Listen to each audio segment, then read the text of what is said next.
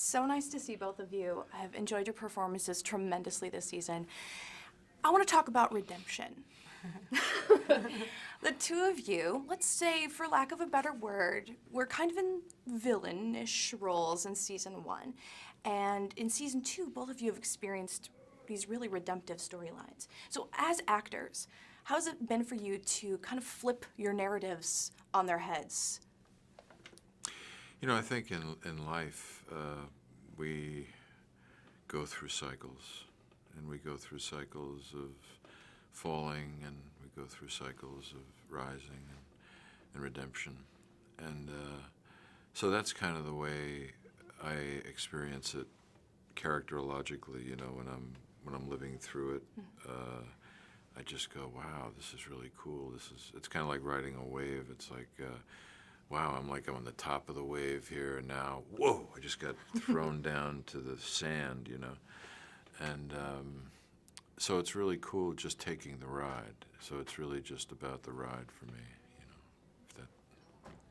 Yeah, I mean, I just, I always enjoy when I get an arc, you know. My character starts somewhere and ends somewhere, and I don't know, we don't, I'm not privy to, I can't speak for Michael, but I'm not privy to, like, this, like, knowing what's gonna happen. So it's like every 9 days or so you crack open the script, you're like, oh, wow. Yeah, same like, here. Yeah, okay, so it's, she's different for sure, and I'm curious where she's headed, and I agree with him in life, like, you know, we're always evolving, or one tragedy or one, you know, something can set us so far back, and that's why life is meant to be you live in the moment. And I think as an actor, I'm just in the moment, kind of just present with her.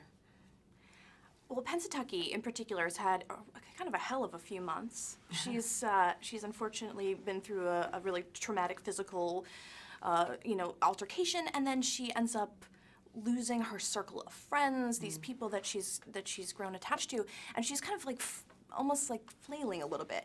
And she ends up finding a place in a very unlikely, well, finding friendship in a very unlikely place with Big Boo and her lesbian agenda, which, by the way, was one of the absolute best parts of season 2.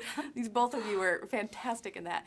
So why do you think Pennsatucky has been drawn to Boo and is now willing to just kind of put aside her prejudices and join up with this?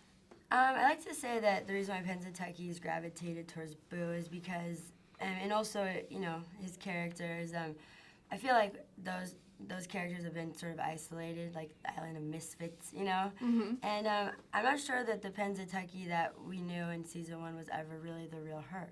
I don't know if this is. I don't know if she knows herself, you know? So it's like, I think her ego it's all about power, you know?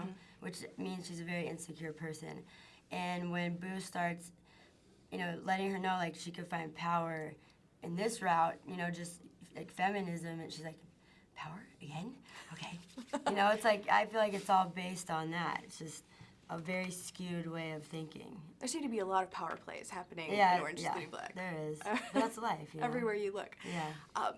So we know that Healy in the previous season has had a little bit of an issue with lesbians, but now watching the second season, I'm beginning to think maybe perhaps it's just Healy has an issue with women.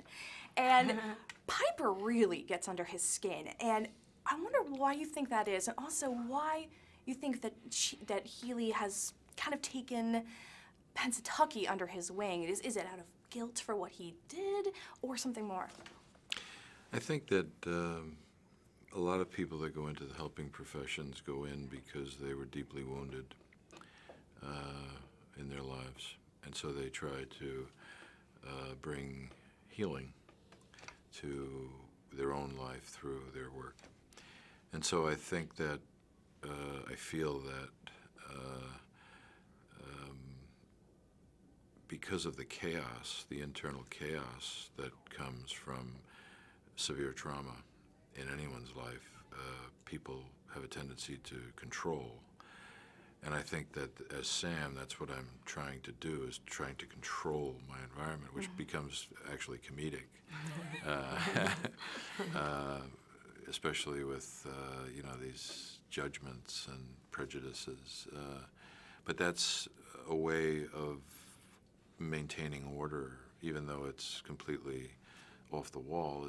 That's when I'm playing him, it's my order. And so in creating it, that's where I kind of came from that wellspring.